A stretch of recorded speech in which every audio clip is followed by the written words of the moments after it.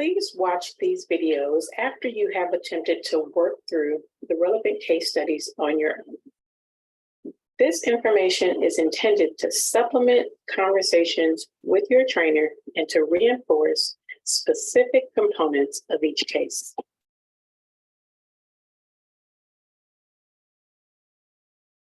Case study 1 is a level 2 or level 3 severity case. With some discipline and prayer, they can improve their outlook. The Joneses were overspending in 3 primary categories: debt, transportation, and food. Taking their annual gross household income to the spending guidelines, the recommended spending percentages are 14% for food, 12% for transportation, and 5% for debt, compared to their actual percentages of 19%, 21%, and another 21% respectively.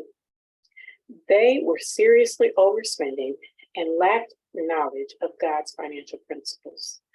After coaching them on living beyond their means, encouraging them to make some spending behavior changes, and training up their children in a godly manner, the Joneses were able to cut their spending quite a bit.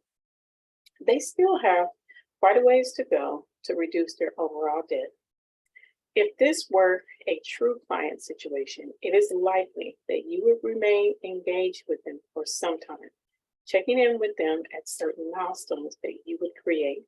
Identifying midterm and long-term goals for them would also keep them motivated.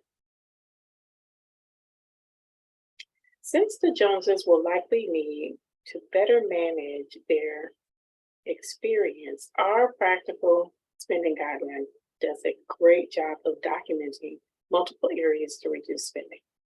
Most clients can benefit from this overall guide.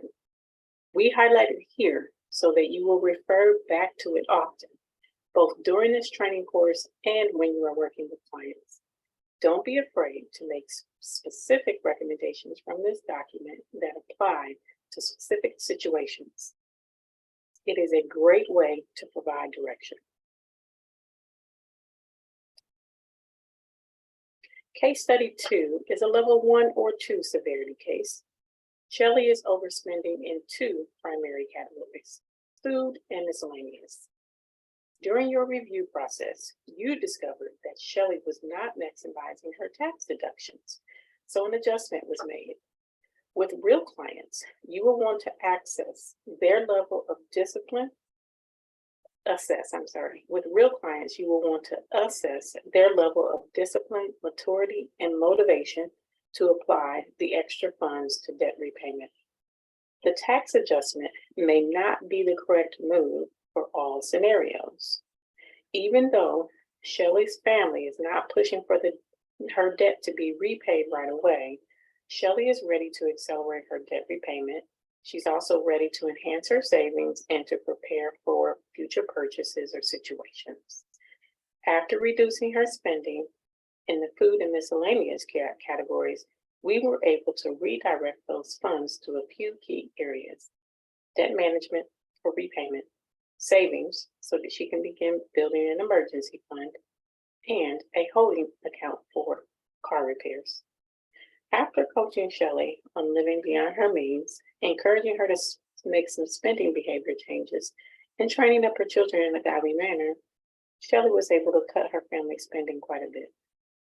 Debt reduction can take some time to realize. With other scenarios, it may be optimal to deprioritize the family debt that Shelley owes in this scenario. In real situations, it may be optimal to deprioritize any type of family debt in favor of consumer debt vendors. Family members are generally more tolerant, but the family relationship could also be in turmoil due to the debt. Assess the situation carefully, and if this were a true client situation, it is likely you would remain engaged with them for some time.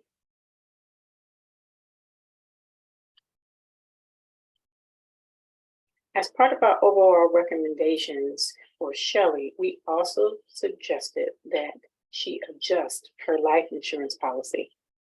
As a rule, we should refer our clients to insurance professionals for specific policy recommendations, as there are considerations beyond the obvious cost differences. For example, people with pre-existing health conditions may not qualify for a new policy. If the terms of a whole life policy are favorable enough and the payments are within the client's budget, there is no need to insist on a change in this category. Term life policies are also less stable. If a client runs into hardship and they are unable to make payments, they could lose their coverage. Whereas with the whole life policy, it can fund itself during hardship. The key takeaway here is to soberly evaluate the client's situation and to recommend professional consultation as part of your life insurance assessments for your clients. We also recommend renter's insurance in this case. When the client is seeking consultation for life insurance, they should also consider the pros and cons of various renter insurance policies, as they may be a good bundle option. Money and wisdom exist to see you become faithful stewards of all the talents, gifts, and financial resources God has entrusted to you. We do this through biblical financial guidance.